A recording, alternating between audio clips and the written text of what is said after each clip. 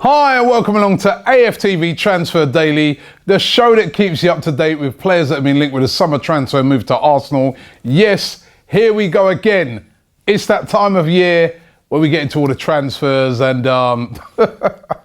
is it going to be another one of those summers? A long summer, you know how Arsenal do it. Or are we actually going to spend some big money this year? I mean, Arsene Wenger making lots of sounds and lots of noises that, you know, they're going to spend big. Is it going to be a big spend in summer, or is it going to be our usual? That's what we're going to have to wait and find out. But listen, it's good to be back here. We're actually building a new set for this as well, so you'll see that over the next couple of days. Hasn't quite arrived yet, but in the meantime, let's get into the transfers. Now, the Kylian Mbappé one as the one that's got everybody intrigued at the moment. Have Arsenal really bid up to £90 million, €100 on Kylian Mbappé? You know, when this came out, a lot of people were like in total disbelief and saying, oh yeah, it's just to sell season tickets. No way are Arsenal going to bid that sort of money. I've been told through my sources that it is a real bid, that this is not a joke, that Arsenal have actually bid €100 million for Mbappé. There's a lot of other people who said, well, how comes that bid's under what Real Madrid's put in? You know, it's typical Arsenal, it's ridiculous. But if you actually, and this is some information that I've got, if you actually look at the breakdown of the bid, it is a serious bid by Arsenal. Now, the breakdown of the bid is, and with a lot of these bids that these teams make, it's not that you're going to get all of the money up front. So you're not going to get all €100 million just like that. And I know that Real Madrid apparently put in a bid for €103 million. So people are asking the question, well, why was Arsenal's bid underneath? Well, this might kind of answer it. Arsenal's bid apparently was 50 odd million plus up front to Monaco. That's what they said. They said, listen, we'll pay you over 50 million up front on the bid. Apparently, Real Madrid are only offering to pay about 30 odd million up front and then the rest in installments. So that's why Arsenal's bid is very appealing to Monaco, because they're actually looking to like pay more money up front. And if you get more money up front, that means you can go out there and you can get a replacement easier. So Arsenal's bid apparently is a serious bid. And that means that, you know, for once, Arsenal are making a play for a big player. And Arsene Wenger said in the past that he would bid big if the caliber of player is there. Well, as I'm saying, this is coming from my sources, that this is a serious bid. This is not a fake bid. It's not fake news. It's actually a serious bid. We're going to have to wait and see what comes of it. I still get the feeling that Mbappé will end up at somewhere like Real Madrid, just for the fact that who Real Madrid are. They're just, you know, you see what they've just done. They've just won the Champions League again, second year in a row. They've got extraordinary players. You know, they're going to be in the Champions League. Arsenal are not in the Champions League. But it'd be really interesting to see what happens on this bid. But the Mbappé bid is serious. Now, another player that we're being told that Arsenal are interested in is Turan of Barcelona. Barcelona apparently value him at about £26 million. I can't see Arsenal paying that sort of money for him.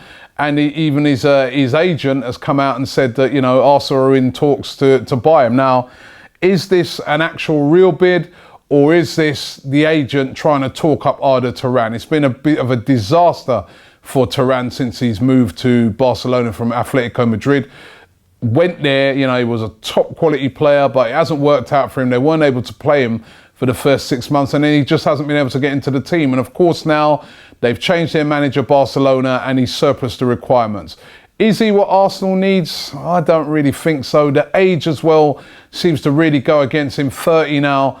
I'm not sure if this is the sort of player that Arsenal are looking at, but again, I don't know, you know, 100% on this again. It's going to be one of those wait and see moments. Alexis Sanchez, of course, has been linked with a move away forever now. You know, I mean, every week you see rumours of Bayern Munich, PSG. He's been linked to go many places. Interesting though, rumours this week that PSG really cooling on their interest in Alexis Sanchez. You know, they're said to be, you know, saying to themselves that they feel that the price for him is too high. Bayern Munich have also been cooling a little bit. They've been really interested in buying him. But again, they look on the wages and that and they think it's just too expensive. Now, Arsenal are offering Alexis Sanchez big wages to stay, up towards 300 grand. And again, we've just never seen Arsenal do this sort of thing. But apparently, they're willing to pay him, you know, up towards that with add-ons, £300,000 a week, which is a mega sum of money. And also, you know, what I'm hearing is that they're willing to let his contracts run down. Both him and Ozil, if they don't sign, they would rather the contracts run down to nothing than sell them. Again, that's not something that Arsenal have done in the past. But then again, if nobody comes in and offers like a 50 million or 40 million for these sort of guys, where they're going to go? I mean, I just can't see Arsenal selling them for anything under that. So it's going to be really interesting to see if those two, Alexis Sanchez and Mesut Ozil, do sign new deals. But I wouldn't be entirely surprised to see them stay, for both of them to stay at the club and sign new deals, because Arsenal really playing hardball on it. And then on the other hand, offering both of them really, really good contracts. They're also offering apparently a good contract now to Alex Oxlade-Chamberlain. He was another player linked with a move away. Liverpool was said to be the real hot favourites to sign him. Interestingly, now you can see that Liverpool look like they're going to be getting Mohamed Salah, which if they get Salah, that means, you know, where would Oxlade play? And I mean, surely they wanted Oxlade for the wing. Also apparently offering Oxlade-Chamberlain a new contract, £100,000 a week to keep him at the club. And Oxlade-Chamberlain is said to be really, really happy to be able to accept that and stay. Of course, it's not been done yet, but that would be a good, again, for Arsenal if they can make that happen and Oxlade-Chamberlain stays at the club. A player that looks like he is going to be on his way out, though, is Kieran Gibbs. Now, Kieran Gibbs linked today with a move to Newcastle. Newcastle said to be interested in him. It does look like he's going to be surplus to requirements, Gibbs. Also on the verge of signing Saled Kolasinac from Schalke. If they sign him, you know, one of the two left backs are going to go. Monreal, you can see, is obviously the one that is the favourite of Arsene Wenger. He gets the most game time and he had a good end of the season as well. Kieran Gibbs, now 27. You know, he wants to be playing first team football week in, week out with a hope to try and burst into the England World Cup squad for next season. It does look like Kieran Gibbs is going to be on his way out. And another player who is definitely leaving, has confirmed it himself, is Yaya Sanogo. Yaya Sanogo is leaving Arsenal Football Club. It has been horrific since he's come, an absolute disaster of a signing.